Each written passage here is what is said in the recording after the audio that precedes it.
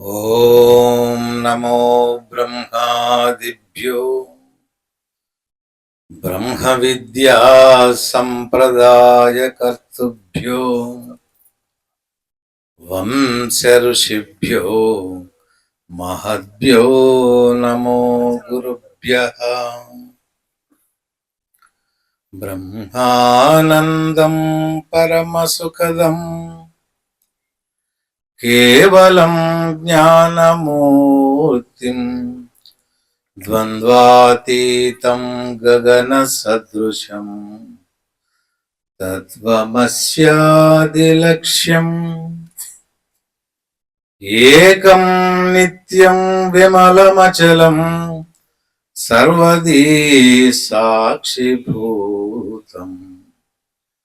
భావాతీతం త్రిగుణరహితం సద్గురుం శ్రీ అభేదానంద యతీంద్రం తం నమామి. ఓం సహనా భవతు సహనౌ భునక్తు సహ వీర్యం కరవావహై తేజస్వినావధీతమస్తు మా విద్విషావహై.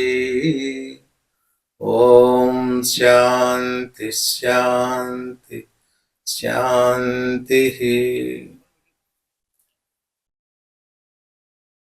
నంద్యాల జిల్లా సంజామల మండలం నొస్సం శ్రీ శ్రీ శ్రీ బ్రహ్మానంద క్షేత్ర దైవమైనటువంటి ఓంకారేశ్వర స్వామి దివ్య చరణాలకు నమస్కరిస్తూ, జగద్గురు శ్రీకృష్ణ పరమాత్మ దివ్య చరణాలకు ప్రణమిలుతూ, ఆశ్రమ సంస్థాపకులు బ్రహ్మ విద్వరిష్యులు శ్రోత్రియ బ్రహ్మనిష్యులు పూజ్యపాదులు చిదానందగిరి స్వాముల వారి దివ్య చరణాలకు అనన్య భక్తితో నమస్కరిస్తూ, శ్రీ బ్రహ్మానంద ఆశ్రమ ప్రథమ పీఠాధిపతులు అనుభవ జ్ఞానమూర్తులు పూజ్యపాదులు ఆత్మానందగిరి స్వాముల వారి దివ్య చరణ కమ్ములకు అనన్య భక్తితో నమస్కరిస్తూ, సభలో వేదికపై ఆశైనటువంటి మహాత్ముల దివ్య చరణాలకు అత్యంత భక్తితో ప్రణమిలుతూ, సభలో ఆశైనటువంటి ఆత్మస్వరూపంతో ఉన్నటువంటి వారి హృదయాల్లో విరాజిల్లే చిరానంద స్వరూపమైన ఆత్మ పరమాత్మకు అనన్య భక్తితో నమస్కరిస్తూ, నాతో చెప్పండి, మరి ఈరోజు వారు నాకు స్వామివారు ఇచ్చిన సబ్జెక్టు కాస్త జటిలమైన సబ్జెక్టు.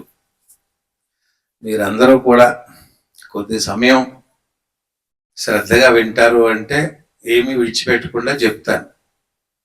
అలా వింటామనే ఒకసారి చేతులు ఎత్తండి. అబ్బా, నాకెంత ఆనందం. శ్రీరామ రామ రామేతి రమే రామే మనోరమే సహస్రనామ తత్తుల్యం రామనామ వరాననే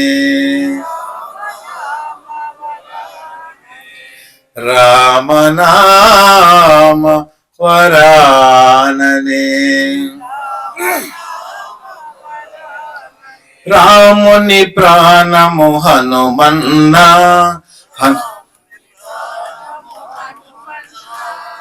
హనుమకు ఊపిరి రామన్నా. కలిపి చెప్పండి. రాముని ప్రాణము హనుమన్నా హనుమకు ఊపిరి రామన్నా.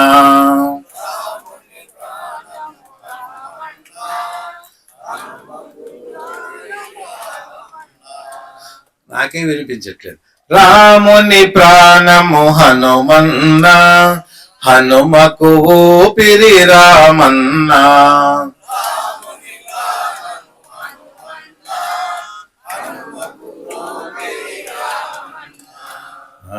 చాలా చక్కగా చెప్తారు మీరు. ఒకరు లేక ఇంకొకరు ఉండలేరు ఒక క్షణమైనా, రాముని ప్రాణము హనుమన్నా, హనుమకు ఊపిరి రామన్నా.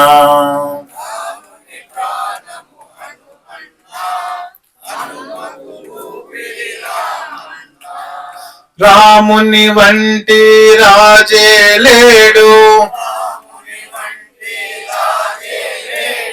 పావని వంటి బంటే లేడు, పావని వంటి బంటే లేడు, అవనికి వీరే ఆదర్శం, సేవక ప్రభులకు నిదర్శనం. రాముని ప్రాణము హనుమన్నా, హనుమకు ఊపిరి రామన్నా.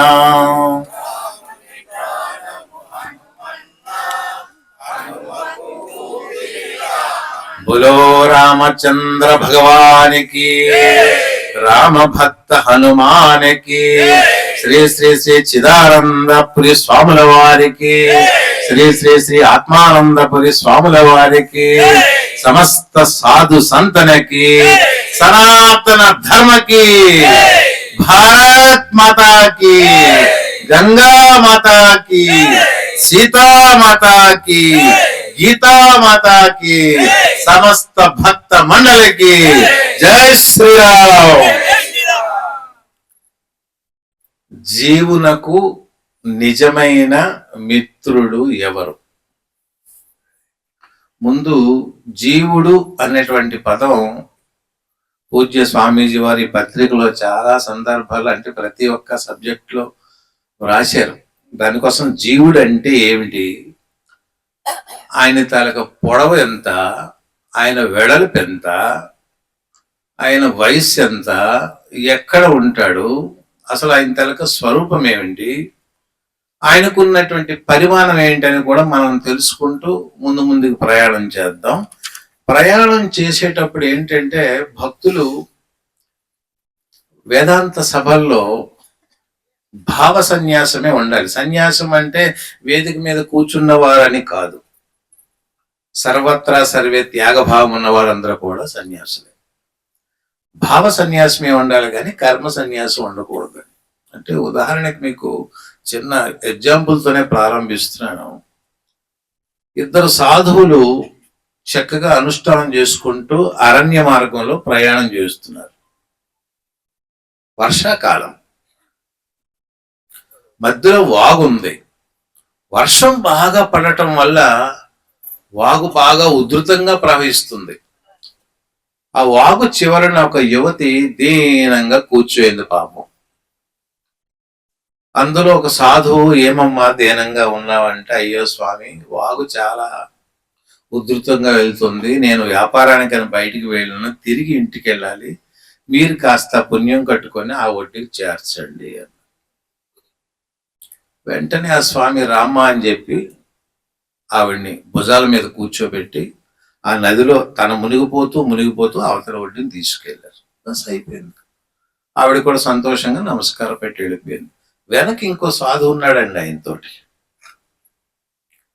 నువ్వు సన్యాసివి, స్త్రీలని ముట్టకూడదు, భుజాల మీద ఎక్కించావు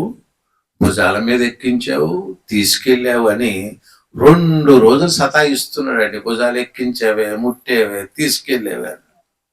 ఈయన అన్నాడట, బాబు ఇదంతా కూడా 2 క్షణాలు కూడా జరగలేదు, అది నేను మర్చిపోయాను, కానీ నువ్వు 2 రోజులు నేను మనసులో మోస్తున్నావి, ఇదే మనకి ఇబ్బంది అన్నాడు.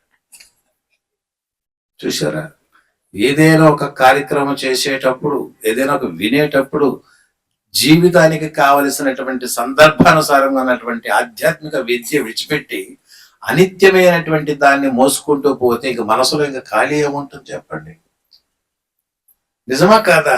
కనుక మనం ఎవరికైనా ఏ సేవైనా చేస్తున్నట్టు అంటే కర్ణుడు లాగా ఆ క్షణం చేసామా, విడిచిపెట్టామా, దట్స్ ఆల్.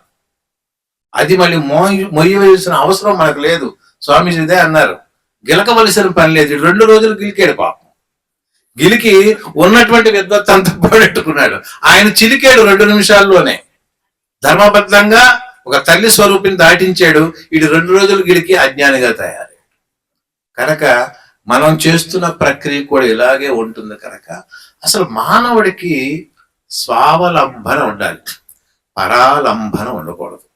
ఈరోజు మీకు బ్రహ్మసూత్రం ఒకటి చెప్దామని ప్రయత్నం చేస్తాను, ఎంతవరకు అవుతూ. ఏమిటి స్వామీజీ స్వావలంబన అంటే, మీరు రైళ్లలో ప్రయాణం చేసేటప్పుడు, బస్సుల్లో ప్రయాణం చేసేటప్పుడు చిన్న చిన్న పొలాల గట్ల మీద మొక్కలు చెట్లు ఉంటాయి. ఆ చెట్లకి కొమ్మలు ఉంటాయి కదా. ఆ కొమ్మ చివర ఒక పక్షి ఆ కొమ్మని పట్టుకుంటూ గాలికి ఇలా ఇటు అటు వెళ్తుంటుంది. ఆ పక్షి ఎన్నడూ కూడా చెట్టు కొమ్మ మీద ఆధారపడలేదు, తన కాళ్ళ మీద ఆధారపడి ఉంది. ఒకవేళ కొమ్మ ఇరిగినా రివ్వున ఆకాశంలో విరిగిపోతుంది. దాన్ని స్వావలంబన అంటారు. అంటే పక్షికి ఉన్నటువంటి స్వావలంబన మనిషికి కావాలి. తన కాళ్ళ మీద తన విద్వత్తుతో ప్రయాణం చేయాలి కానీ ఒకరు చెబుతారు ఒకరు చేస్తారు అన్నటువంటి పరాధీనమైనటువంటి వ్యక్తిత్వం ఉండకూడదు. ఎందుకంటే ఉత్కృష్టమైన, భవ్యమైన, దివ్యమైన జన్మ మానవ జన్మ. ఈరోజు మనకి ఉపనిషత్తు కథ చెప్తుంది. లకుముకు పిట్ట బొటన వ్రేళ్లంత ఉంటుంది. సముద్రం ఒడ్డులో చిన్న మొక్క మీద గూడు పెట్టి గుడ్లు పెట్టింది. సముద్ర కెరటాలు ఆటుపోటులు రెండూ ఉంటాయి గనక మధ్యాహ్నం సమయంలో పోటు వచ్చి ఆ చెట్టుని గుడ్డుల్ని లోనకు తీసుకువెళ్ళిన తర్వాత ఎంతుంది పక్షి ఎంత బాధపడ్డది. ఏ తల్లికైనా బిడ్డలు పోతే బాధ లేదు? గర్భకోశం ఎంత కష్టం. అది ఏడ్చింది, నా గుడ్లు ఇవ్వయ్యా, నా పిల్లని తీసుకెళ్ళిపోయావని సముద్రుని అడిగింది. సముద్రుడు అన్నాడంట, ప్రస్తుతం మన రాజకీయ నాయకులు మేము తీసుకోవడమే కానీ ఇవ్వడాలు ఉండవు అన్నాడంట. తీసుకోవడమే కానీ ఇవ్వడాలు ఉండవన్నాడంట. ఇవ్వకపోతే తస్మాత్ జాగ్రత్త, నా సంగతి నీకు తెలియదు, ఏం చేస్తాను చూసుకో అన్నదంట. సముద్రుడు నడిచాడు. ఎంతున్నా నువ్వు నాకేం చేస్తావన్నాడు. 250 టన్నులు బరువు కలిగినటువంటి ఒక్కొక్క త్రిమింగలాలు కొన్ని వందల లక్షలు నా దగ్గర ఉన్నాయి, నీవే మాత్రం చూస్తావా, నీ సముద్రం నీరునంతా ఇంక పెట్టేస్తానన్నాడు. ఎవరు? ఇంత పక్షి సముద్రం నీరు ఇంక పెట్టేస్తుందంట. వెంటనే కార్యార్థమై రువ్వమని సముద్రంలోకి వెళుతుంది. ఒక్క చొక్క నోటితో పట్టుకుంటుంది, ఒడ్డుకొచ్చి ఊసేస్తుంది తుపుక్కుమని. మళ్ళీ వెళ్తుంది, తెస్తుంది. ఎంత తీసుకొస్తుంది? ఒక చొక్క. ఇంత చిన్న పక్షి ఎంత పడుతుంది? రివ్వు రివ్వు రివ్వు రివ్వు తిరుగుతుంటే పైనుండి గరుకుమంతుడు చూశాడు. ఏంటి మా పక్షి జాతి? పైనుండి ఎలా చూశాడంటే, మీకు భగవద్గీతలో గరుకుమంతుడిని నేనున్నా అన్నాడు విభూతి యోగంలో. ఆయన దృష్టి అంత తీవ్రతరం. ఆనాడు సీతమ్మను కూడా చూసింది జటావి యొక్క అన్నయ్యనటువంటి సంపావతే, అవునా? అలాగా ఆయన చూసి వెంటనే వచ్చి, ఏమమ్మా ఇటు అటు తిరుగుతున్నావంటే, నేను చాలా కార్యార్థమైన, నన్ను డిస్టర్బ్ చేయకన్నాడు. నేను నీకు సహకరిస్తాను చెప్పు అన్నాడంట. ఏమీ లేదు, సహకరిస్తానన్నావు కాబట్టి నా గుడ్డులు తీసుకెళ్ళి అడిగితే ఇవ్వట్లేదు అన్నాడు. వెంటనే గరుకుమంతుడు సముద్రుని పిలిచాడు. అయ్యా, నా సంగతి మీకు తెలుసా? నేను నా సవతి తల్లి, నా తల్లిని విడుదల చేయడానికి ఇంద్రుడినే కొట్టి అమృతాన్ని తీసుకొచ్చినటువంటి వాడు నేను. శ్రీ మా విష్ణుమతికి వాహనం నేను. మరి నాతో గొడవద్దు, మా పక్షి జాత అంతా కలిసింది అంటే నీ తాలూకు పరిస్థితి ఎలాగుంటుంది, మర్యాదగా దానికి గుడ్డులు ఇవ్వమన్నాడు. వెంటనే సముద్రుడు, నీతో నాకెందుకు గొడవ అని తీసుకొచ్చి ఇచ్చేశాడు. ఇంత చిన్న పక్షి తన బిడ్డల్ని తెచ్చుకోవటానికి సముద్రం నీరు ఇంకా పెట్టలేనటువంటి స్థితి లేకపోయినా సరే కార్యార్థమే పరిగెట్టింది అంటే 84 లక్షల జీవుల్లో ఉత్కృష్టమైన మానవుడు సాధించాలా వద్దా అని మిమ్మల్ని అడుగుతున్నాడు. పంచాలి కదా. అందుకే ఇప్పుడు జీవుడే మనకి శ్వేతాశ్వతరోపనిషత్తులో అసలు జీవుడు ఎలా ఉంటున్నాడు, అసలు పరిమాణం ఏమిటి, ఆ ఉన్నటువంటి పరిమాణములో అనేక జన్మల యొక్క సంస్కారాలు ఎలా ఉన్నాయి. ఏమిటి స్వామి సంస్కారాలు అంటే, ఒక వ్యక్తి ఈ జీవితంలోనే డబ్బు ఉంటుంది, ఆస్తి ఉంటుంది, వాహనాలు ఉంటాయి, ఎంత అన్నం తినలేడు అంటే ఏదో ఒక జన్మలో ఒకడికి అన్నం మీద ఆడు మూతి మీద కొట్టాడు, ఈ సంవత్సరం ఆడు తినలేడు. ఇది సంస్కారాలు. గత జన్మలో ఉన్నవే రావు. అనేక జన్మల్లో ఉన్నటువంటి సంస్కారాలంతా ఇమిడి ఉండి ప్రస్తుతం మనము అనుభవించినటువంటి కర్మ ఏంటది? ప్రారబ్ధ కర్మలో వస్తుంటాయి. వాలాగ్ర శతభాగస్య శతదా కల్పితస్య చ భాగో జీవస్య విజ్ఞేయ సచానంత్యాయ కల్పతే అని. అంటే జీవుడు తల వెంట్రుక యొక్క కొన భాగం ఏదైతే ఉందో ఆ కొన భాగాన్ని 100గా భాగిస్తే ఎంత భాగం వస్తుందో ఆ వచ్చినటువంటి భాగములో 100వ వంతు జీవుడి తాలక పరిమాణం. వేదం చెప్తుంది, కల్పించింది కాదు. ఉపనిషత్తు ఏంటి? శ్వేతాశ్వతరోపనిషత్తు. ఇప్పుడు అర్థమైందా? మన జీవ పరిమాణం ఎంత ఉంది? తల వెంట్ర యొక్క కొన భాగానికి 100 భాగాలు చేస్తే వచ్చిన దానిలో 100వ భాగమే జీవ పరిమాణము. అందులో కొన్ని వందల వేల జన్మల యొక్క సంస్కారాలు ఉన్నాయి. మరి జీవుడి తారక రూపం ఏమిటి? అది కూడా వినండి. ఎందుకంటే స్వామీజీ వారు జీవుడు జీవుడు అన్నారు కాబట్టి జీవుని స్థితి కూడా మనం తెలుసుకోవాలి. మరి అంత సూక్ష్మ రూపం ఎవరు? అంత సూక్ష్మ రూపం ఉంది సర్వాంతరమైనటువంటి పరమాత్మే. పరమాత్మే జీవుడు, జీవుడే పరమాత్మ. మరి అటువంటి జీవుడు తాలూకా పరిస్థితి ఏమిటన్నాడు చూడండి. నైవ శ్రీన పుమానేశ నైవ ఛాయం నపుంసక యద్య శరీరమాదత్తే తేన తేన సయుజ్యతే. జీవుడనేవాడు స్త్రీ కాదు, పురుషుడు కాడు, నపుంసకుడు కాడు. మరి ఎవరండి? ప్రారబ్ధ కర్మానుసారంగా శరీరాన్ని విడిచిపెట్టిన తర్వాత కర్మల అనుసారంగా కొత్త శరీరం లభిస్తే ఆ శరీరం ఏమిటని అప్పుడు జీవుడు తెలుసుకుంటున్నాడంట. ఇది పురుష శరీరమా, స్త్రీ శరీరమా, నపుంసక శరీరమా, కోడి శరీరమా, పంది శరీరమా, కుక్క శరీరమా? దానికి తగ్గట్టు ఆ శరీరానికి తగ్గట్టు లక్షణాలు అలవాటు చేసుకుంటున్నాడు. చూసారా? ఒకటి వాడి పరిమాణము, 2 ఎంతలో ఉన్నాడు వాడు? అంత సూక్ష్మ రూపంలో సంస్కారాలు ఉన్నాయి. అయితే మరి తర్వాత ఏం చేస్తున్నాడు, ఎలా చేస్తున్నాడు కూడా 3వ మంత్రంలో చెబుతున్నారు. సంకల్పన స్పర్శన దృష్టి మోహేర్గాసాము దృష్టాచాత్మ వివృద్ధ జన్మ కర్మ గాన్యను క్రమేణ దేహే స్థానేషు రూపాణ్యభి సంప్రపద్యతే. సంకల్పము చేతను, స్పర్శ చేతను, చూచుట వలన, యోగము వలన క్రమంగా జీవుడు అన్నపాదాదుల్ని స్వీకరిస్తూ శరీరాన్ని పెంచుకుంటూ ఆయా కర్మలు చేస్తూ జననం పునరపి మరణం చక్రంలో తిరుగుతూనే ఉన్నాడు. ఎవరు? ఇప్పుడు అర్థమైందా జీవుడి సంగతి? కనుక జీవుడికి నిజమైనటువంటి మిత్రుడు ఎవరు? భౌతికంగా మనకి నిజమైనటువంటి మిత్రులు ఎవరుంటారండి? ఆపదలో ఉన్నప్పుడు కాపాడేవాడు, ఆర్థిక ఇబ్బందుల్లో ఉండేవాడు తోడుగా ఉండేవాడు, కష్టాల్లో ఉండేవాడు సరైనటువంటి ఆలోచన చెప్పి మనకి గట్టెక్కించేవాడు. రేపు మనం ఈ శరీరాన్ని విడిచిపెట్టినా సరే మనం చేసినటువంటి ధర్మమైన కార్యక్రమం 10 మందికి చెప్పేవాడు నిజమైన మిత్రుడు. అవునా? ఇది చాణక్యుడు చెప్పినటువంటి నీతి. గాని మనకి వేదాంతంలో జీవునకు నిజమైన మిత్రుడెవరు? జ్ఞానమే. జ్ఞానస్వరూపుడెవరు? పరమాత్మే. జీవుడికి నిజమైన మిత్రుడు ఎవరు? జ్ఞానము. జ్ఞాన స్వరూపమైనటువంటి పరమాత్మే. మరి అటువంటి పరమాత్మ యొక్క జ్ఞానాన్ని మనం పొందాలి అంటే మనం ఏమి చెయ్యాలి అనేది ప్రధాన కర్తవ్యం. అసలు పరమాత్మ యొక్క గొప్పతనం ఏంటి? అసలు పరమాత్మను మనం ఎలాగ అనుకుంటున్నాం చూడండి. మనకి తైత్తరీయ ఉపనిషత్తులో చాలా చక్కగా చెప్పారు. యతో వా ఇమాని భూతాని జాయంతే ఏన జాతాని జీవంతి యత్ప్రయంత్య భావ సమిషంతి తద్విజిజ్ఞాసత్వ తద్న బ్రహ్మేతి. దేని నుండి సకల చరాచర జీవులు ఉత్పన్నమవుతున్నాయో,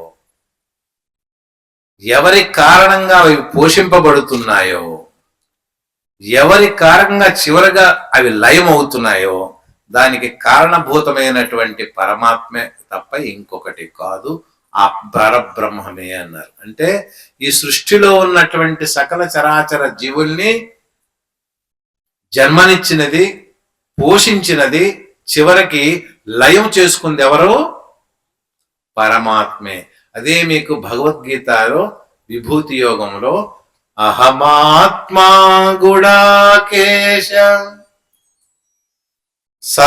సర్వభూతాశయ స్థిత అహమాదిత్య మధ్యం చ భూతానా అంతమేవచ. అహమాత్మ గుడా కేశ. గుడాక అంటే సంస్కృతంలో నిద్ర అండి. నిద్రను జయించిన ఓ అర్జున అంటే ఏమిటి నిద్రను జయించాడు? మనం కూడా నిద్రను జయిస్తాంగా. స్వామీజీ గారు కార్యక్రమాలు అయినప్పుడు రాత్రంతా మెనుకుంటాం, భజన చేస్తాం. మరి మనం అర్జునుడు అయిపోతామా? నిద్ర దేనికి నాంది? తమో గుణానికి. తమో గుణానికి జయించినటువంటి ఒక అర్జున. ఎంతటి పదాలు పెట్టారు చూడండి గీతలో. ఒకసారి కిరీటి, ఒకసారి పార్థ, ఒకసారి అర్జున, ఒకసారి గుడాకేశ. ఏమంటున్నారు? ఈ చరాచర సృష్టికి పోషణ నేనే, జన్మ నేనే, లయము నేనేనయ్యా, నా తప్ప ఇంకొకటి లేదని. ఇప్పుడు మనము భారతీయ వాంగ్మయాన్ని తెలుసుకోవాలంటే శ్రోత్రియ బ్రహ్మనిష్ఠులైనటువంటి గురువు దగ్గరగా మనం కానీ తెలుసుకోకపోతే వేదాంతాన్ని మనకు వంట పట్టదు. వేదాంతము అంటే ప్రస్థాన త్రయం. ప్రస్థాన త్రయాన్ని శ్రోత్రియ బ్రహ్మనిష్ఠులైన గురువు దగ్గర చాలా చక్కగా అత్యంత శ్రద్ధగా నేర్చుకోవాలి. ఎందుకంటే మరి భగవద్గీత శ్లోకాల కన్నా ఉపనిషత్ మంత్రాలు కాస్త జటిలంగా ఉంటాయి. ఉపనిషత్ మంత్రాల కన్నా జటిలంగా ఉన్నవి బ్రహ్మసూత్రాలు. అవునా? అయితే ప్రస్థాన త్రయము అన్నారు. త్రయం అంటే మీరే చెప్పండి. 4 3 కన్ఫర్మ్? లాక్ చేసేయమంటారా? ప్రస్థాన త్రయము అంటే భగవద్గీత శృతి ప్రస్థానం 1, ఉపనిషత్తులు శృతి ప్రస్థానం 2, బ్రహ్మసూత్రాలు న్యాయ ప్రస్థానం 3. ఈ 3 ప్రస్థానాలు కలిపి ప్రస్థాన త్రయం అన్నారు. అవునా కదా? అయితే ఈ బ్రహ్మసూత్రాల్లో చిన్న శబ్దములో అనేక గూఢార్థాలు కలిగి అందులో అత్యంత అద్భుతమైనటువంటి వేదాంతాన్ని ఇమిడ్చినటువంటి మహానుభావులు వ్యాస మహర్షులు వారు. ఇందాక చెప్పారు కదా, మునినా మప్యహం వ్యాస కృష్ణ ద్వైపాయనుడు. అసలు వ్యాస మహర్షి లేకపోతే ఈరోజు మనం చెప్పుకోవటానికి ఉండటానికి ఏమీ లేవండి. తక్కువ ఇదంతా జూఠా అండి. మనకి ప్రపంచానికి ఆది గురువు సద్గురువు ఎవరైనా ఉంటే ఒక్క వ్యాస మహర్షి. ఈరోజు మనం భగవద్గీత చదవాలన్నా, భాగవతం చదవాలన్నా, బ్రహ్మసూత్రాలు చదవాలన్నా ప్రతి ఒక్కటి సకల అన్ని గ్రంథాలు కూడా ఆ వ్యాస మహర్షి నుండే మనకు వచ్చాయి. మరి ఉపనిషత్తుల వేదాన్ని కూడా విభజించాడు కాబట్టి వేద వ్యాసుడు అయ్యాడు. కానీ మనం మర్చిపోయి ఈరోజు మన దౌర్భాగ్యం ఎలాగుందంటే వ్యాస పూర్ణిమ రోజు వ్యాసుడిని విడిచిపెట్టి ఇంకెవరినో విగ్రహాలు పూజ చేసుకుని కూర్చుంటున్నామా? ఇంకా దాంతకన్నా మన అజ్ఞానం ఏముంది చెప్పండి. అసలు వ్యాస మహర్షి లేకపోతే సంసారమే లేదు. సంసారములో ఒక తండ్రి అనేవాడు ఎలా ఉండాలి, తల్లి ఎలా ఉండాలి, కొడుకు ఎలా ఉండాలి, కోడలు ఎలా ఉండాలి, పిల్లలు ఎలాగుందని మహాభారతంలో అనేక పాత్రల ద్వారా మనకి ఈరోజు సంసారంలో కూడా ఏ విధంగా బ్రతకాలని నేర్పించింది కూడా వ్యాస మహర్షి వారే. వారిని రాసినటువంటి నీతి సారాంశం ఆయనే స్వయంగా చెప్పారు. మహాభారతంలో 18 పర్వాలు చేశాను కానీ పూర్తిగా నేను ధర్మ సూక్ష్మాన్ని ఇప్పుడు కూడా తెలియజేయలేకపోతున్నాను. అంత సూక్ష్మమైనటువంటి ధర్మ సూత్రాలు ఉన్నాయి. కాబట్టి ఎవరు ఎన్నో ఎన్నో ఎన్నో ఎన్నో జన్మల నుండి వచ్చినటువంటి దుష్ట గుణాలతో ప్రయాణం చేసినటువంటి మల విక్షేప ఆవరణతో ఉన్న వారికి ఒక్కసారి సద్గుణాలు రావంటే రావు. ఏనాడు రామ రామ రామ రామ అనకుండా అంతకాలేచ మామేవా స్వరం నొప్ప కలేవరం చచ్చేనాడికి రామ వస్తుందా? ఎవ్వరికి రాదు. ఇప్పుడు నిండే ప్రయత్నం చేయాలి. ఒక అరణ్యంలో ఇదిగో మాకు మహర్షి మన శంకరానందగిరి స్వామి వారు ఒక స్వామీజీ కూర్చున్నారు పాపం తపోనిష్ఠతో. ఆ ఆశ్రమంలో వచ్చినటువంటి విరుద్ధగలమైనటువంటి జంతువులు పులి, మేక, ఏక, పిల్లి అన్ని కూడా స్వామివారి దగ్గర చక్కగా సంతోషంగా స్నేహభావంతో నడుచుకుంటున్నాయి. ఎందుకు? ఆ మహర్షి యొక్క తపోబలం. విరుద్ధ జంతువులు కూడా స్నేహపూర్వకంగా ప్రవర్తిస్తున్నాయి. ఒక కుక్క వచ్చిందండి, కుక్క ఆ మహర్షి దగ్గరే కూర్చుందండి. ఇది నారదుల వారు చెప్పిన కథ. స్వామి చూశారంట, వణికిపోతుందంట. ఏమ్మా నీకు ఏంటి బాధ అని దిగుదూ చూస్తే పులి నాకు తరుముతుంది అన్నాడు. అయ్యో, పులి వలన నీకు ఇంత కష్టం కలిగిందా, సరే నీకు పులినే చేసేస్తానని కుక్కను పులే చేసేసాడు ఆయన తపోశక్తితో. తర్వాత పులి మీదకి గాండ్రించింది సింహం. మళ్ళీ భయపడి ఋషి దగ్గరికి వచ్చింది. ఏమమ్మా అంటే ఋషి అర్థం చేసుకున్నాడు. సింహంతో బాధపడుతున్నావా, సరే నీకు సింహాన్ని చేసేసానన్నాడు. ఆ తర్వాత మళ్ళీ శరభ మృగం వచ్చిందంట, అంతకన్నా పెద్దది, దానికన్నా పెద్దది లేదు ఇంకా అరణ్యంలో. స్వామి చూశారంట, ఆ మృగంతో నీకు బాధకుందా, సరే ఇక శరభ మృగం అయింది. అరణ్యంలో నాకు మించిన వారు ఎవరైనా తిరుగుతూ ఒక దగ్గర కూర్చుని ఆలోచించిందంట. ఈరోజు నాకు అత్యంత శక్తివంతులు చేశారు మహర్షులు వారు, రేపొద్దున నాలాగా ఎవరైనా ప్రాధేయపడి వెళ్ళినట్లయితే ఇంకొక శరభమృగం చెయ్యొచ్చు, అసలు ఈ ఋషి లేకుండా చేసేసి నేను తినేస్తే అయిపోయింది కదా అని ఆలోచించిందండి. ఈ శరభముఖం వెళ్ళి ఋషి దగ్గర కూర్చుంది నెమ్మదిగా. ఆయన త్రికాల జ్ఞాని. ఓహో, నీ మనసులో ఇంత దురుద్దేశం ఉందా, యథాస్థానమైనటువంటి నువ్వు సునకమే అవుగాక అన్నాడంట. చూసారా, ఈ గుణాలు మనకి అదే అన్నారు కదా, కాషాయం కట్టినా, బొట్టులు పెట్టినా, రకరకాల పూసలు వేసినా, రకరకాలు చేస్తే మనకు విద్వత్తు రాదు. అది ప్రయత్నపూర్వకంగా స్వప్రయత్నంతో గురువుల దగ్గర సేవ చేసుకుంటూ, ఈ మధ్యన గురువుల దగ్గర శిష్యులు సేవ చేసే పనితీరు ఎక్కడ కనిపించట్లేదు. ఒకవేళ వచ్చినా ఏమిటండి ఆత్మానందపురి వారు ఆశ్రమం ఎన్ని ఎకరాలు,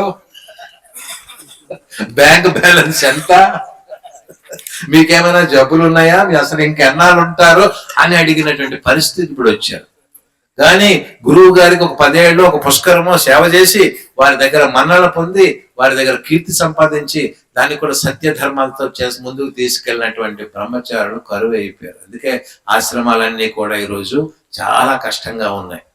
ఒకటి, శిష్యుడికి జ్ఞానం లేదు, గురువుకి త్యాగభావం లేదు, రెండు ఉన్నాయి. నేనేమి సభాముఖంగానే చెప్తాను. చాలా ఆశ్రమాలు 70, 80, 90 ఏళ్ళైనా ఎవరిని పెట్టుకోకుండా ఈరోజు ఆచార్య శంకరానందగిరి స్వామి వారి ఆశ్రమం పెనంలో చూడండి.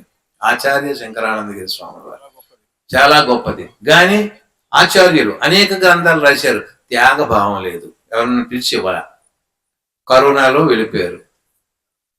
తర్వాత ఇప్పుడు ఎవరో ఉన్నారు, ఎవరు లేరు, అదో పాలం. ఈరోజు ఇటువంటి విద్వత్తున్న ఆశ్రమాలు చిదానంద స్వాముల వారు వెంటనే ఆలోచించి ఒక మహాత్మైనటువంటి ఒక సత్పురుషులు కూర్చోబెట్టబెట్టి ఎంతమంది సభలో కూర్చొని మనం వింటున్నాం. అటువంటి వాళ్ళు రావాల. అది ఆశ్రమ పరంపర, ఋషి పరంపర. ఏ ఒక్కరూ చెప్పింది కాదండి. కాషాయ వస్త్రం ధరించాలన్న ఉత్తర భారతదేశంలో 150 సంప్రదాయాలు ఉన్నాయి.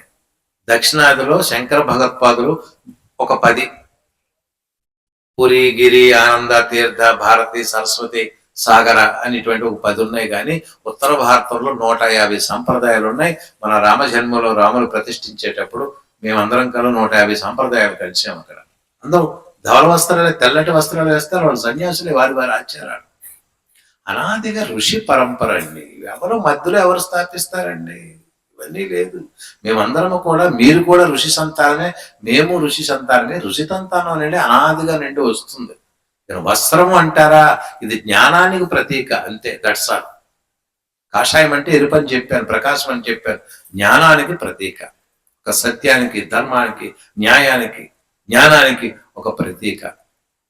కాబట్టి ఎవరు మనకి అందించారు, ఎక్కడి నుండి మనకు వచ్చింది, అది మనం ఆలోచించుకుంటూ పోవాలి. రామకృష్ణ పరమహంస వారు తెల్లటి ధవల వస్త్రాలు వేసుకుంటూ శిష్యుడింటికి వెళ్ళటం, తిరగటం అన్నీ చేసేవారు. ఒకరోజు కలకత్తా నగరంలో ఒక గురువు గారు వచ్చారని చెప్పారు. ఎవరు పెద్దవారు వచ్చినా, స్వామీజీలు వచ్చినా ఆయన ముందే వెళ్ళి దర్శించుకునేవారు. ఈయన వెళ్ళేటప్పటికి ఆ గురువు గారు తన గురువు తాలూకా పాదాలను పెట్టుకుంటూ పుష్పాలతో పూజ చేస్తున్నారు. రామకృష్ణుడికి అర్థం కాలేదంట, ఈయనేంటి మహాజ్ఞాని అని నేను ఎక్కడికి వస్తే ఇంకా ఈయన పూజల్లోనే ఉన్నారు, ఉపాసనలో ఉన్నారు, మరి పాదాలు పూజ చేస్తున్నారు, ఏంటి మహాత్మా మీరు చేసేది అన్నారంట. ఆయన అడిగినటువంటి ప్రశ్నకి గురువు గారికి అర్థమయ్యి ఒక్క మాట అన్నాడంట, అయ్యా, నీటిలో బురద ఉన్నంత వరకు బుడగలు వస్తూనే ఉంటాయి అన్నాడట. రామకృష్ణుడికి లైట్ వెలిగింది, వెంటనే శరీరం ఉన్నంత వరకు ఏదో కర్మలు చేయమన్నావా ప్రభు అని కాళ్ళ మీద పడ్డాడు. మీ వద్ద రావటం వల్ల ఈరోజు గొప్ప విషయం నేను తెలుసుకున్నాను అన్నాడు. వెంటనే అదే రోజు, ఆ ముందు రోజు కూడా రామకృష్ణుడి దగ్గరికి ఒక సావుకారు వచ్చారు. అయ్యా, ఆ రోజుల్లో ఉన్న ప్రకారంగా వ్యాపారం చేస్తున్నాను, ఈ డబ్బు తీసుకోండి అంటే, డబ్బు నేను మొత్తం దూరంగా పెట్టన్నారు స్వామి. ఆయన అన్నాడు, ఆయన కూడా గృహస్థాశ్రమంలో వేదాంతే. తీసుకోవటము, గ్రహించడము, పరిగ్రహించకపోవటము అని రెండు భావాలు మీకు ఉన్నాయా అని అడిగాడు. చూడండి, ఇవన్నీ జీవితంలో చాలా పెద్ద పెద్ద మెట్లు నువ్వు తెలుసుకోవడానికి. మేము కూడా ఎంతో మంది దగ్గర అభ్యాసం చేసి వారితో తిరిగితేనే మాకు వచ్చేవి. ఒక భక్తుడు అన్నాడు రామకృష్ణ పరమహంసతో, తీసుకోవటము ఇవ్వటము అనేటువంటి భావం మీకుందా అని అడిగాడు. ఇంకా మీరు సాధన చేయాలన్నాడు. భక్తుడు వచ్చి, నాయన ఈ రోజు నుండి నువ్వే నా గురువు, చాలా మంచి విషయం చెప్పేవాడిని నోట్ చేసుకున్నాను. గురువులు అనేవారు ముఖ్య సరస్వతి, ఎక్కడ ఏమున్నా మనం తీసుకోవాల్సినటువంటి పరిస్థితి మనకు ఉంది. అందుకే మనకి ఈ ప్రస్థాన త్రయంలో మనం చూడవలసింది ఏమిటి? భగవద్గీత ఏమని చెప్పాను మీకు? స్మృతి ప్రస్థానము. ఉపనిషత్తులు ఏమని చెప్పాను? శృతి ప్రస్థానం. స్మృతి శృతి, కత్తిరిశ అంటారా శంకర్శాకు, స్మృతి శృతి, ఈ రెండే తేడా. మరి బ్రహ్మసూత్రాలు న్యాయ ప్రస్థానం. మరి మనకున్నటువంటి బ్రహ్మసూత్రాలు 555 బ్రహ్మసూత్రాలు ఉన్నాయి. అందులో అధికరణములు 192, అధ్యాయాలు 4 ఉంటాయి. ప్రతి అధ్యాయానికి 4 పాదాలు ఉంటాయి. మరి అధికరానికి కూడా 5 విశేషాలు ఉంటాయి. అప్పుడు మనకు సమయం చాలదు కాబట్టి ఒక్క బ్రహ్మసూత్రాన్ని మీకు నేను అందజేస్తాను. ప్రథమ అధ్యాయంలో ఉన్నటువంటి, ఇందాక స్వామివారు ఎవరో ఒక విషయం వాడారు, మీమాంస అన్నారు. ఏమన్నారు? మీమాంసము నా మాంసము కాదు, మీమాంస. అసలు మీమాంస అంటే ఏంటి? పవిత్రమైనటువంటి గ్రంథములు ఎందున్న భావార్థాలని పరిశోధించడానికి మీమాంస అంటారు. ఏమంటే మీమాంస అంటే ఏంటి? ఇవి చిన్న మీకు ఇందాక నిన్ననే చెప్పాను, ఉదయం చెప్పాను. భావార్థం పదజాలం తెలియకపోతే వేదాంతం అర్థం కాదు. పవిత్రమైనటువంటి గ్రంథముల యొక్క భావార్థాలనే మీమాంస అంటారు. ఈ మీమాంస ఎన్ని రకాలు? గట్టి చెప్పండి బాబు. 2 రకాలు. ఒకటి పూర్వ మీమాంస, 2 ఉత్తర మీమాంస. ఏంటండి పూర్వ మీమాంస అంటే? సంహిత, బ్రాహ్మణములు కూడి ఉన్నటువంటి యజ్ఞ యాగాదిక విషయాలన్నీ కూడా పూర్వ మీమాంసలు వస్తాయి. మరి అదే విధంగా వేదాల చివరి భాగమైనటువంటి ఉపనిషత్తుల యొక్క వేదాంతం అంతా ఉత్తర మీమాంసలు వస్తుంది. ఇప్పుడు మీకు మీమాంస అర్థమైపోయింది కదా. ఎక్కడికి వెళ్ళినా ఏం అడిగినా మేము శ్రీ శ్రీ శ్రీ బ్రహ్మానంద ఆశ్రమంలో ఉపన్యాసంలో కూర్చున్నాము, ఆనాడే విన్నాం, మాకు తెలుసు అన్నటువంటి మీరు కాలాలు ఎదిలేసి ఉండాలి. అంతేగాని వచ్చామా, విన్నామా, తిన్నామా, వెళ్ళిపోయామా అంటే రెడ్డొచ్చాడు మొదలెట్టినట్టుంటది కథ. పూర్వకాలంలో పల్లెటూళ్ళలో బుర్రకథలు, హరికథలు జరిగేవి. పాపం ఆయన ఏవో 2-3 పాటలు పాడేవాడు. మళ్ళీ విలోన సర్పంచ్ రెడ్డి గారు వచ్చారు, ఆయన మళ్ళీ మొదలించారంటారు. అలాగా కాకుండా ఒక్కసారి విన్నది చక్కగా అది ఉంచి, స్వామీజీ వారు చెప్తున్నారు, మీరు మళ్ళీ పడుకున్నప్పుడు కూడా అది గుర్తు తెచ్చుకోండి, మననం చేసుకోండి. ఏనాడైతే మీరు మననం చేశారో అది మీకు జ్ఞప్తిగా నిధిధ్యాసలో ఉంటుంది. అందుకే ఈ మనకి బ్రహ్మసూత్రాలకి చాలా మంది బ్రహ్మ భాష్యాలు రాశారండి.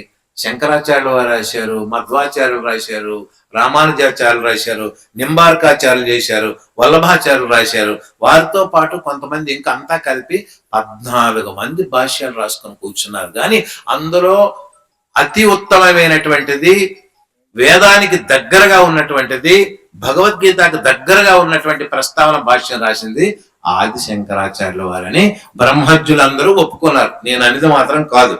నేను ఆయన చూడలేదు, ఆయనతో నేను ప్రయాణం చేయలేదు. అయితే ఇప్పుడు మొట్టమొదటినటువంటి బ్రహ్మసూత్రం పేరేంటి? అథాతో బ్రహ్మ జిజ్ఞాస. అందరూ ఒకసారి అనండి. అంటే బ్రహ్మజ్ఞానము, ఆత్మతత్వము, వేదాంతము తెలుసుకోవాలంటే అధికారికి, తెలుసుకున్న వ్యక్తికి అధికారం ఉండాలి. బ్రహ్మతత్వ విచారణ ఉండాలి. విచారణ లేనిదే బ్రహ్మసూత్రాలు గాని, ఉపనిషత్తులు గాని, భగవద్గీత గాని అర్థం కావు. కాబట్టి ముందు ఎవరైతే బ్రహ్మసూత్రాలను తెలుసుకోవాలని ప్రయత్నం చేస్తున్నారో వారికి కొన్ని లక్షణాలు తప్పకుండా ఉండాలండి. అర్థమవుతుందా? ఇబ్బందిగా ఉందా? అంటే ఒక టీచర్ గారు క్లాసులో పాఠశాలలో పాఠాలు చెప్పాలంటే ఒక BA MA డిగ్రీ ఏదైనా పాస్ అవ్వాలా లేదా? ఆయనకు అర్హత. ఒక జిల్లా కలెక్టర్ కావాలంటే IAS పాస్ అవ్వాలా లేదా? ఒక SP కావాలంటే IPS ఇండియన్ పోలీస్ సర్వీస్ అవ్వాలా లేదా? అలాగే బ్రహ్మ విద్య నేర్చుకోవాలన్న కొన్ని లక్షణాలు తప్పనిసరిగా ఉంటే గాని ఆత్మబోధ ఆత్మ విద్య రాదు ఊరకనే. కాబట్టి అది నేర్చుకోవడం ఎవరి దగ్గర నేర్చుకోవాలి? దీనికి ప్రత్యేకమైన కాలేజీలు యూనివర్సిటీలు లేవు. శ్రోత్రియ బ్రహ్మనిష్ఠులైనటువంటి గురువు గారి దగ్గరికి వెళ్ళి అడగటము, చక్కగా కూర్చోవడము, నేర్చుకోవడము, ఇంతకన్నా మొత్తం. అక్కడ అని మీరు ఫీజులు కట్టాలా, చాలా డబ్బులు కట్టాలా. ఇక్కడ ఫ్రీ ఆఫ్ కాస్ట్, ₹1 చెల్లించక్కర్లేదు, తిరిగి భోజనం పెట్టి మరి చెప్తారు. కానీ ఆ జిజ్ఞాస మీకు ఉండాలి. అవునా? ఏమిటి ఆ లక్షణాలు అన్నారు. ముముక్షుకి కొన్ని ప్రత్యేకమైనటువంటి ఆధ్యాత్మిక లక్షణాలు ఉంటే తప్ప బ్రహ్మసూత్రాలు అర్థం కావంటారు. అందులో ఏమిటి ప్రత్యేకమైన లక్షణాలు అంటే, ఇంతకు ముందు మీరు విన్న సబ్జెక్టే మళ్ళీ రిపీట్ అవుతుంది. సాధన చతుష్టయము తప్పనిసరి. నిత్య అనిత్య వస్తు వివేకం. నిత్యమైనది ఏమిటి, అనిత్యమైనది ఏమిటి, ఇది బాగా మదనం చేయాలండి. అసలు ఏదో సబ్జెక్టు చెప్పుకోవడానికి కాదు, అసలు నిత్యమైనది ఏమిటి.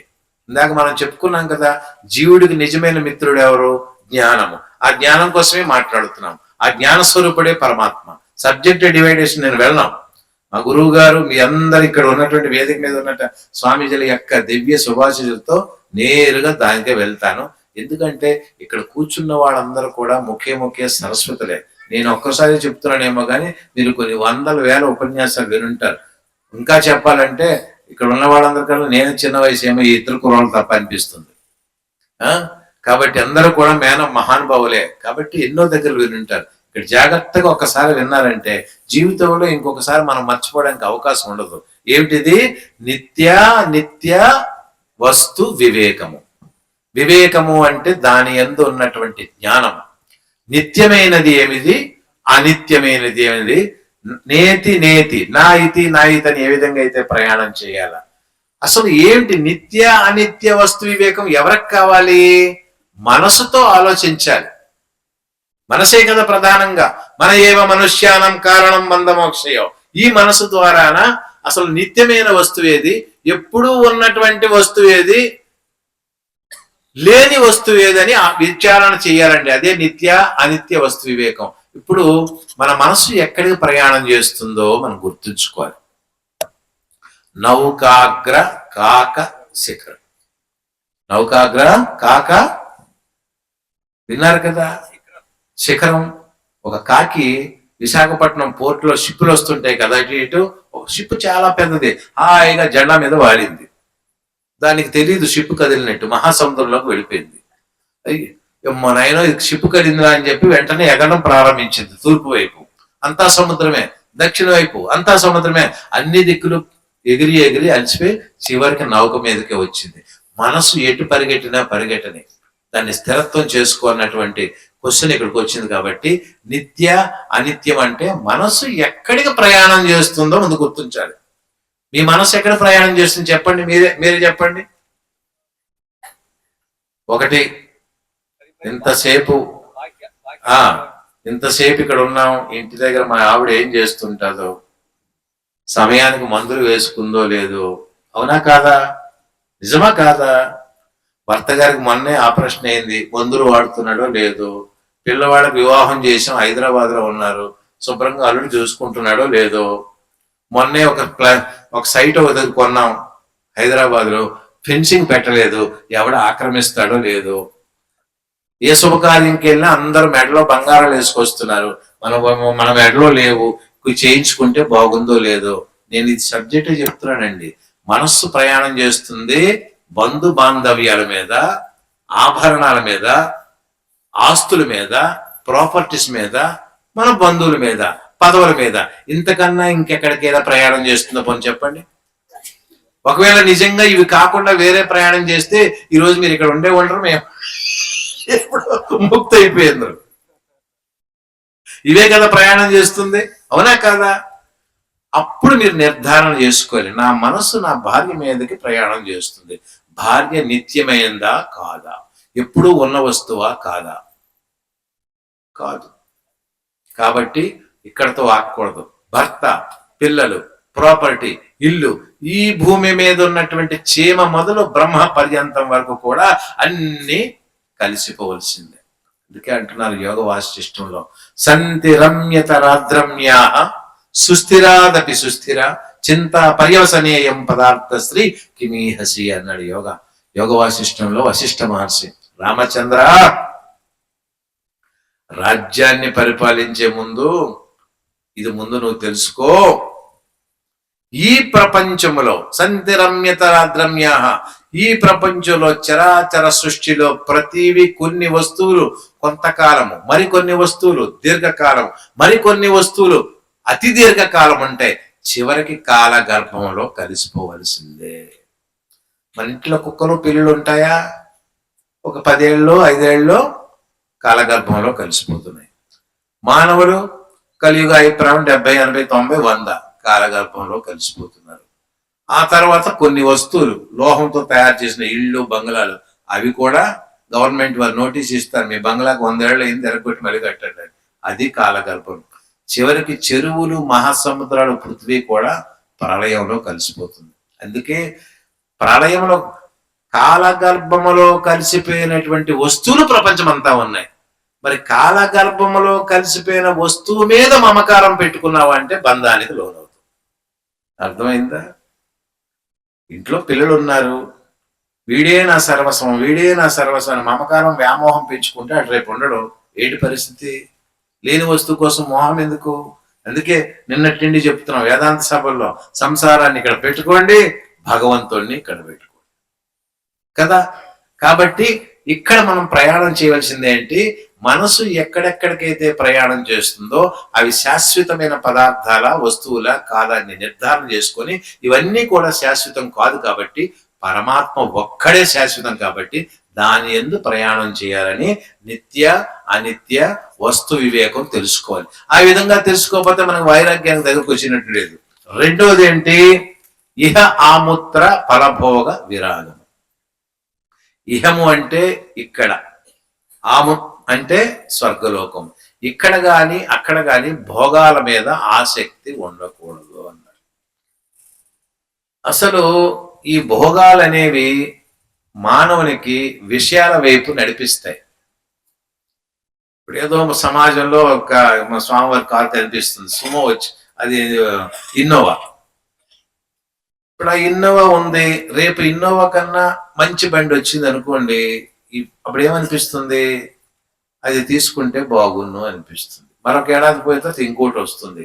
అది ఇలాగా సంవత్సరానికి ఇంకోటి తీసుకుందామా, ఇంకొక అభివృద్ధి చేద్దామా అనేటప్పుడు విషయాల మీద మనసు ప్రయాణం చేయటం వలన నిత్యమైనటువంటి పరమాత్మ వైపు మరి ఉండదు. అది తీసుకున్నావా, దాని టైర్లు బాగున్నాయా, ఇంజిన్ బాగుందా, డెకరేషన్ చేసామా, లోన్ ఎవరు కనిపించకుండా గ్లాసులు వేసుకున్నామా, రకరకాలు, ఇంకా కారు ఉందా అని తెలుసుకోవడానికి, నలుగురు చెప్పడానికి, మళ్ళీ మిఠాయిలు కొనడానికి, మళ్ళీ పార్టీలు పెట్టడానికి, ఇవన్నీ ఒక్క విషయం మీద ఎన్ని విషయాలు బయలుదేరుతున్నాయి చూడండి. ఇవన్నిట్లో తిరగడం వల్ల మన మనస్సు భగవంతుని మీద మరి వేడదు. అదే అంటారు కదా, మతేమొచ్చి అక్కడ పెట్టినటువంటి ప్రసాదం మీద, దృష్టి ఏమొచ్చి భగవంతుడి మీద. దృష్టి ఎక్కడ ఉంటుంది? స్వామివారి చరణాల మీద ఉంటుంది. మత ఎక్కడ ఉంటుంది? మన స్వామివారు వెళ్ళినటువంటి వంటల మీద ఉంటుంది. ఇంకా స్వామి విడిచిపెట్టారు అక్కడ ఏంటి ఈరోజు జొన్న రొట్టెల, పచ్చళ్ళ, ఈ రెండు ఉండకూడదు. ఎక్కడ కూర్చున్నావంటే అక్కడే దాని మనసును లగ్నం చేయాలంటే భోగాల మీద ఆసక్తి లేకపోతే ఎక్కడున్నా ఒకటేనండి. ఇప్పుడు ఒక దగ్గర ఆశ్రమంలో ఏసీ రూములు ఇస్తారు, ఒక దగ్గర కటిక నేలు ఇస్తారు, ఇంకో దగ్గర మంచాలు ఇస్తారు. అన్నిటికీ మనకి అటువంటి ఆసక్తిగా లేదనుకోండి, ఎక్కడైనా ఉండొచ్చు. దాని మీద ఉన్నాము అంటే మనకున్నటువంటి ప్రయత్నం కుదరదు. అంటే మనసు పరమాత్మ యందు వెళ్ళడానికి ఒక నిరోధకం ఏంటంటే భోగములు కూడా. కాబట్టి ఇహములో కాదు పరంలో కూడా నేను రేపొద్దున అక్కడికి వెళ్ళిన తర్వాత కూడా స్వర్గాల్లో నాకు చక్కటి భోగాలు పుణ్యలోకాల్లో ఉండాలనే భావన కూడా ఉండకూడదు. ఉదయం చెప్పుకున్నాం కదా, కామాత్మాన స్వర్గపర జన్మ కర్మ ఫలప్రదం. అటువంటి కర్మలు చేయకుండా భోగాలు ఎందు ఆసక్తి లేకపోయినప్పుడు వైరాగ్యం కలుగుతుంది. జ్ఞానంతో పాటు వైరాగ్యం కలుగుతుంది. తర్వాత ఏమిటండి? షట్ సంపద. ఇది ప్రధానం అండి. షట్ సంపదలు ఎన్ని ఉన్నాయి? ఎన్ని? 5. అందుకే నేను మీకు నోటితో షట్ సంపద అన్నాను, చేత్తో 5 ఏళ్ళు చూపించాను గుర్తుంటాయి. అందులో మొట్టమొదటిది శమము. 6లో మొదటిది ఏంటి? శమము. శమం అంటే ఏంటండి? విషయములందు మనస్సు వెళ్లకుండా ఉండటం. శమం అంటే ఏంటి? విషయములందు మనస్సుని పోనివ్వకుండా ఉండటం. ఇప్పటి వరకు విషయాలు మాట్లాడుకున్నాం కదా, నిన్నే మీకు చెప్పాను నక్క గ్రద్ద కదా. ఒకసారి అది విషయానికి లోలై చివరికి అది కూడా తీసుకుంది. 1 శమము, 2 దమము. దమము అంటే, శమం అంటే విషయాల మీద మనసు పోనివ్వకుండా రక్షించుకోవాలి. అసలు విషయాలకు ఒకసారి అనుభవిస్తే అది ఇంకా లేదు. దేనిలోనే చూసుకోండి, దేనిలోనైనా చూసుకోండి. బంగారం కొనాలి అంటే ముందు 1 తులం అయితే చాలు అంటారు. తర్వాత అది ఎక్కడికి వెళ్తుందో. పొలం కొన్నాము అంటే 1 ఎకరా అయితే చాలు అంటాం. అది ఎక్కడికి వెళుతుందో. ఎందుకండి బంగారం కొన్నాను అందరూ వేసుకుంటున్నారు శుభకార్యంలో అని మాటలందరూ అడుగుతారు భర్తకి. ఆయన్ని పౌరులే పాపం అడిగారు కదా శ్రీమతి గారు అని చెప్పి కష్టమో సుఖమో అప్పో సప్పో చేసి కొనిచ్చాడు అనుకోండి, చాలా ఆనందపడతారు. ఒకళ్ళు కొనేవలేదు అనుకోండి, బంగారం కొనే ముఖమా అని అడుగుతారు. అంతేకాదు బంగారం కొన్నాక ఇంకో మాట అంటారు, నాకు ఈ భర్త 7 జన్మలు కూడా రావాలి. దేనికోసం?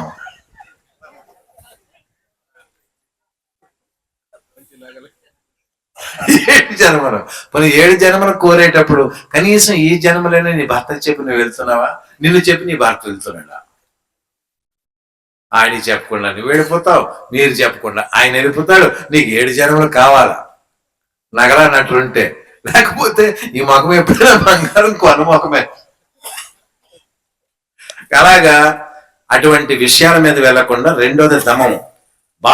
జ్ఞానేంద్రియాలు కర్మేంద్రియాలు వెనక తిప్పి అంతర్ముఖంలో పనిచేయాలండి. మనకు ఉన్నటువంటి పరమాత్మ ఇచ్చినటువంటి బాహ్యేంద్రియాలను కూడా బాహ్య వస్తువుల మీదే ప్రయాణం చేస్తుంది. కళ్ళు బయట వస్తువే చూస్తున్నామా? చెవులు శ్రద్ధమా వింటున్నామా? మరి ముక్కు వాసన చూస్తున్నామా? ఇవన్నీ విషయాలకు ప్రేరేపించినటువంటి ఇంద్రియాలు. దీన్ని వెనక తిప్పి అంతర్ముఖం చేసి ఆత్మ వైపు లోనున్నటువంటి చిదానంద స్వరూపమైన పరమాత్మ వైపు వెనక తిప్పాలండి. రేపు సబ్జెక్టులు కలుపుతానండి. 3వది ఉపరతి. ప్రత్యాగాత్మ కంటే భిన్నమైన విషయాలందు మనసు వెళ్ళక ప్రత్యాగాత్మ అభిముఖమే ఉండాలి. 2 ఇంచుమించు ఒకే అర్థాన్ని వస్తాయి. ప్రత్యేగాత్మ అంటే పరమాత్మ వైపు మనసు పెట్టమని చెప్పి. చివరిగా 4వది తితిక్ష. సుఖము దుఃఖము వేడి అన్ని పరిస్థితుల్లో తట్టుకున్నటువంటి స్థైర్యము ధైర్యము 2 ఉండాలి. ఎంతటి కష్టం వచ్చినా సరే ఆధ్యాత్మ జీవితంలో వస్తే రాని కానీ అవి ఈ జడమైనటువంటి శరీరానికి కానీ ఆత్మస్వరూపం నేను నాకే కావు అని చెప్పినట్టు దృఢనిశ్చయంతో కూర్చుంటే అప్పుడు ఆత్మానుభూతి మనం పొందుతాం. చివరిగా 5వది శ్రద్ధ. వేదవాక్యములందు గురు వాక్యములందు శాస్త్రమందు శ్రద్ధ కలగాలండి. మరి ఆ శ్రద్ధ కలగాలి అంటే మనసా వాచ కర్మల కూర్చున్నంతసేపు వేదాంత సభలో చెవుళ్ళు ఒక్కటే పని చేయాలి, ఇంక 2వది పని చేయకూడదు. ఎందుకంటే మన వాళ్ళకి నిద్ర వస్తుంది చాలా మంది పాపం. అంటే నా ఉపన్యాసంలో నేను ఎవరిని చూడలేదు కానీ ఇందాక కృష్ణానంద శాస్త్రి గారు చెప్తుంటే సుమారుగా ఒక 20% మంచి నిద్రలో ఉన్నారు. ఆయన ప్రసంగం అయింది, వారి మీకు మాకు సంబంధం లేదు కూర్చున్నారు. నేను అన్నాను అప్పటికి జై శ్రీరామని గట్టిగా అనండి అంటే ఆయన ద్వారా వెళ్ళిపోతున్నారు అనమాట. వింటే మీకు మంచిది, వెనకపోతే మీ కర్మ. చివరిగా అటువంటి శ్రద్ధతో కూర్చోవాలి. చివరిది సమాధానము. మానసిక విక్షేపాలు ఏవైతే ఉన్నాయో అవన్నిటికీ కూడా నాశమందిస్తూ సర్వత్రా సర్వే అన్ని ప్రయత్నాలు నిలకడ చేసి చిత్తాన్ని పరిశుద్ధంగా ఉంచేటటువంటి ప్రయత్నం చేయాలండి. ఇంకా 4వది ముముక్షత్వం. ఇది ప్రధానమైన ప్రతి ఒక్కరికి మోక్ష కాంక్ష ఉండాలి. మనం గోల్ లేనిది మనం ప్రయాణం చేస్తే సుఖం లేదండి. మనకి మీకు ఆంగ్లంలో ఏలిస్ ఇన్ వండర్ ల్యాండ్ అని కథ ఒకటి ఉంది. దాన్ని ఏం రాశారంటే ఏలిస్ ఇన్ వండర్ ల్యాండ్. ఏలిస్ అని ఒక చిన్న అమ్మాయి అండి, బజారుకి తీసుకెళ్ళింది వాళ్ళ అమ్మ. ఎక్కడ తీసుకెళ్ళింది? బజార్కి. ఎందుకు తీసుకెళ్ళింది? కాయగూరలు, బొమ్మలు, ఇంట్లో ఉన్న రేషన్ కొనుక్కోవడానికి తీసుకెళ్ళింది. ఈ ఆడవాళ్ళు బజార్కి వెళ్తే సామాన్యంగా ఉండరు కదా. బట్టల షాప్కి వెళ్ళారు అనుకోండి, పాపం కొన్నిది 300 చీరే కానీ అక్కడ 10 మంది చేస్తారు ఈ చీరలు చూపించడానికి ఉదయం నుండి సాయంకాలం వరకు. ఈ అమ్మ కూడా బజార్లో కొనుక్కొని చేతిలో పిల్లను వదిలేసింది. ఆ పిల్ల కూడా బొమ్మలు గిమ్మలు చూసుకుంటూ బజార్ వదిలి నిర్మానుష్య మాత్రాన్ని నడుచుకుంటూ వెళ్ళిపోయింది. బజార్ అంతా తిరుక్కుంటూ ఎక్కడికో ఎవ్వరూ లేని ప్రదేశానికి వెళ్ళింది. వెళ్ళగానే ఇంకెవరూ కనిపించలే. ఒక్కసారి ఏడ్చింది, అమ్మ కావాలి, అమ్మ కావాలి, అమ్మ కావాలని బిగ్గరగా ఏడుస్తుంది. ఇలా ఏడుస్తుంది కదమ్మా. మీరు చిన్నప్పుడు ఏడ్చారా? నేను ఏడ్చాను. మా ఊర్లో ఏడుస్తాను, మీ ఊర్లో ఏడరేమో. పిల్లి వచ్చిందండి. ఏం పాప ఏడుస్తున్నావు, ఏం పాప ఏడుస్తున్నావు? నాకు అమ్మ కావాలి, మా ఇల్లు కావాలండి. ఓహో అంతేనా, ఏడవకు, నేను మీ ఇంటికి తీసుకెళ్తాను, మీ ఇల్లు ఎక్కడో చెప్పు అన్న. మా ఇల్లు నాకు తెలియదు అంది. మీ ఇల్లు నీకే తెలియపోతే నేను ఎలా తీస్తాను అన్నదంట. మీ ఇల్లు నీకే తెలియపోతే నేను ఎలా తెలుస్తాను? మనం కూడా గమ్యం తెలియపోతే ఎంత కూర్చున్నా ఎన్ని విన్నా ఏం సుఖము? మన గమ్యం ఎక్కడ? ఆత్మన్నది, ఆత్మ సాక్షాత్కారం. ఆ గమ్యాన్ని చూసుకుంటూ మనం ప్రయాణం చేస్తే మన సునాయాసంగా మనం అక్కడ చేరుకోగలం. శుభ్రంగా సభలకు వెళ్ళామండి, స్వామివారి మంచి భోజనాలు పెట్టారండి, బాగా చెప్పారండి, నేను బాగా చెప్తాను, మరి మీకేం వస్తుంది? బాగా తిన్నామండి, బాగా విన్నామండి అంటే సుఖమేముంది? గమ్యాన్ని కూర్చున్నామంటే ఆ గమ్యాన్ని తెలుసుకునే ప్రయత్నం చేయటమే మోక్షం యొక్క ప్రధానమైనటువంటి లక్షణం. కనుక అటువంటి దివ్యమైనటువంటి లక్షణాలు మీరందరూ అలవర్చుకుంటూ, మరి ఇంకా రేపు 2 సభలు ఉన్నాయి. మరి ఈశ్వర సంకల్పం, గురువు గారి సంకల్పంతో ముందుకు వెళ్దాం. ప్రతి ఒక్కరు కూడా బ్రహ్మ జ్ఞానులుగా ఉండి ఆత్మానుతి పొందటానికి ప్రయత్నం చేయకపోతే ఇటువంటి జన్మ మనకి ఇంకొకసారి రావడం చాలా కష్టం. ఒకవేళ మానవ జన్మ వస్తుంది అంటే రోడ్డు మీద పిచ్చోడు వెళ్తున్నాడు, ఎందుకైనా ఉపయోగం ఉందా? ఊర్లో గుడ్డలన్నీ ఏరుకొని తల మీద పెట్టుకుని తిరుగుతుంటాడు, నెలకు ఒకసారి కూడా స్నానం చేయడు, అది కూడా మానవ జన్మే కదా. ఇంకొకటి కత్తి పట్టుకుని కొలిచినోడు అనేది పొడి చేస్తుంటాడు, ఆ జన్మ కావాలా మనకి? రాక్షస జన్మ. శుద్ధమైనటువంటి సత్వగుణాలతో ఉన్నటువంటి ఇటువంటి జన్మలు కావాలని కోరుకుంటూ ముందుకు మనం ప్రయాణం చేసినటువంటి ఆవశ్యకత ఉంది. మరి మీ అందరూ కూడా చాలా శ్రద్ధాలుగా వింటున్నారంటే మరి ఆత్మానందపురి స్వామి వారి తాలూకా దివ్యమైనటువంటి అనుగ్రహం అని మీరు ఒక్కసారి తెలియజేసుకుంటూ, వారిని చూస్తే వేద బ్రాహ్మణులా కనిపిస్తారు ముందు. నిజమా కాదా? కాబట్టి నిజమే, వేదము ఎవరైతే బ్రహ్మజ్ఞానం తెలిసిన వాళ్ళు వారు బ్రాహ్మణులే. బ్రాహ్మణులు అంటే పుట్టుకతో పుట్టిన వాళ్ళు కాదు, బ్రహ్మజ్ఞానాన్ని తెలుసుకున్న ప్రతి ఒక్కరు కూడా బ్రాహ్మణుడే అని మనకి గ్రంథాలు తెలియజేస్తున్నాయి. మరి వారికి ఈరోజు మనం 10 నిమిషాలు 5 నిమిషాలు ఎక్కువైంది, మరి మన్నించాలని కోరుకుంటూ హరి ఓం తత్సత్.